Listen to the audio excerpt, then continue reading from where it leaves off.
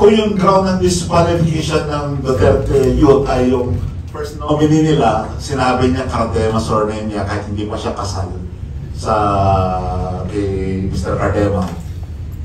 Parang medyo alanganin na katwiran yun eh. Pag umakyat yan sa Supreme Court, medyo nape-predict ko na anong nasa isip ng Supreme Court, no? Tapos, i-disqualify mo, ibibigay mo sa kanina, Gabriela, no? Gabriela, no? So, medyo ano yan eh. Hindi ako fan ng Duterte yun, ha? Hindi ko binoto yun, ha? Pero kung binoto talaga sila ng tao, respetuhin natin yun. No? Hindi ko po alam yung merits ng mga issue na yan. Pero ang mahalaga po, ito dapat ang paraan paano mag-design ng mga ganyang kontrobersiya. Kung ang dahilan po ay kung nabayaran kayo, kaya binabaliktad ninyo yung mga ganyang resulta ng eleksyon, mali po kayo. Dapat po mag-decide kayo on the merits at sundin ninyo ang batas. Ang malinaw po sa batas, hindi dapat kayo tumatanggap ng bayan. Yeah. Good morning po. Nilo German from Filipino and Business Mirror.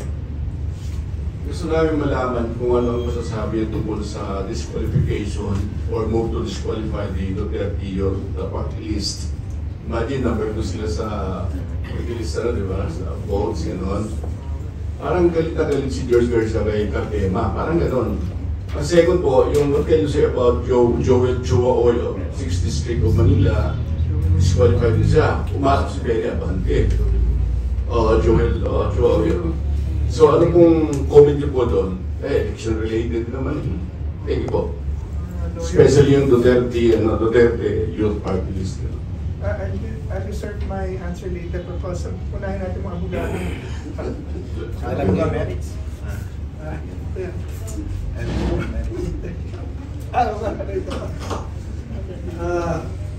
Siguro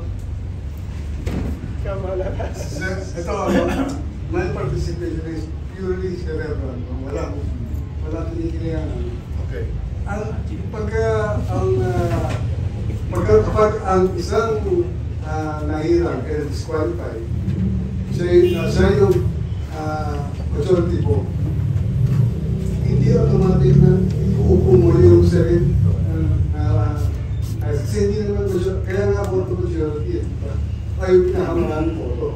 Hindi mo pupusak na yung boto hindi naipunta sa boto, binoto niya na disqualify.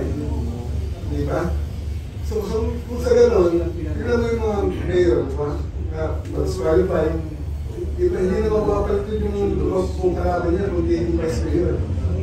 Ganon din yung prinsipyo kapag sa ano posisyon, dapat magkaroon ng eleksyon. Yun ang sinasabi sa yun ang democratic process talaga. So, okay po.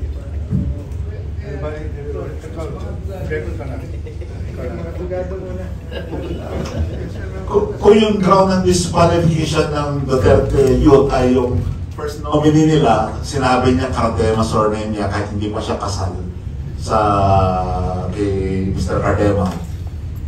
Parang medyo alanganin na katwiran yun eh. Pag umakyat yan sa Supreme Court, medyo nape-predict ko na anong nasa isip ng Supreme Court, no? Tapos, i-disqualify mo, ibibigay mo sa kanina, Gabriela, no? Gabriela, no? So, medyo ano yan eh. Hindi ako fan ng Duterte yun, ha? Hindi ko binoto yun, ha? Pero kung binoto talaga sila ng tao, respetuhin natin yun. No? Yun po. Hindi ko po alam yung merits ng mga issue na yan. Pero ang mahalaga po, ito dapat ang paraan paano mag-design ng mga ganyang kontrobersiya. Kung ang dahilan po ay kung nabayaran kayo, kaya binabaliktad ninyo yung mga ganyang resulta ng eleksyon, mali po kayo. Dapat po mag-decide kayo on the merits at sundin ninyo ang batas. Ang malinaw po sa batas, hindi dapat kayo tumatanggap ng bayan. Yeah.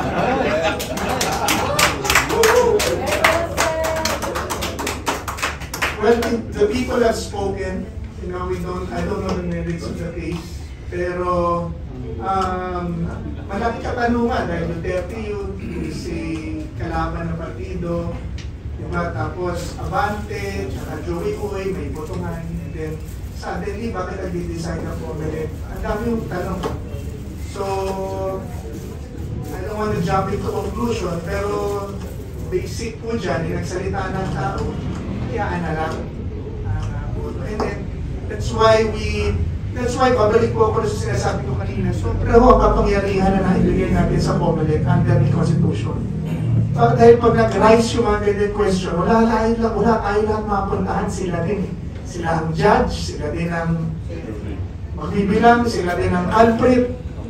So, we need to break down those power dahil kapangyarihan ng tao dapat ang mamatawi. So, that's why we will continue to push for a constitutional convention to solve these excessive powers we're given. These departments and offices, specifically the Office of the President, Congress, COMELEC, and the Police. Nakakatakot po ang kapangyarihan na naibigay natin sa police. Police lang yan, for heaven's sake. Agents of persons in authority. Hindi pa yan binoto ng tao. Pero kung damputin at ipatupad ang batas, sila na rin po ang batas ng mga taong nagsasalita ng katotohanan within the purview of their freedoms ay kayang damputin at magsampa ka na lang ng kaso. You know, so, si Harold, 4 na pong warrant ang binibail nito. Hindi ito mitigil. Mabuti na lang dito mitigil. But if they can do it to someone as vocal, as transparent, as known as he is, and he can do that to any one of us. President Duterte was picked up with an invalid and questionable warrant. Pastor Kibuloy was raided and picked up with a questionable warrant for arrest. They can do that to anyone. So, yan po ang point ko. We need to work on something to remove those excessive powers that given the police. Sa akin, ang police, lokal lang dapat yan. May masundalo tayo for national issues and national concerns, international conflicts. Pero, kaya napakalaki ng problema ng droga, napakalaki ng problema ng kriminalidad, dahil sa police din po nakakabit ang lahat ng yan. I've been councilor of the city of Manila and I chair the Committee on Police, Peace and Order, Fire and Public Safety. Wala akong criminal activity sa isang lungsod na magpo-promulgate at lalawak ng hindi alam ng pulis at ng mayor. Walang kriminal na mag-i-exist sa isang lugar. Wala ko tayong kasamang pulis dito eh.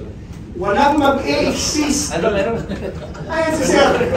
Alam ni Sir po yan. I will stand by my word because I've worked with the police for decades. Wala pong kriminal na mag-i-exist sa isang lugar, kahit barangay at syudad na hindi kilala ng pulis. At kung yan pong kriminal na yan, droga, magnanakaw at rapist, kahit ano, mananatili dyan, it is only because the police allows them to stay. Pero pag ang mayor at ang police nag-decide, walang droga dito, sinabi ng mayor, walang whatever dito, wala po talaga yan. Walang mananatiling kriminal at droga sa isang lugar na hindi pahihintulutan ng mayor at pulis na buhay. Dilipat, kaya Manila, dilipat lang naman ng Pasay, dilipat lang ng Quezon City. Ganun lang po yan eh. So, but then, paano natin pipigilan yan kung ang kapangyarihan na nanguhuli eh national? So, pag nagluko yung sa taas, tamimi na po lahat ng ground commanders dyan. So, we have to break that power for our own good.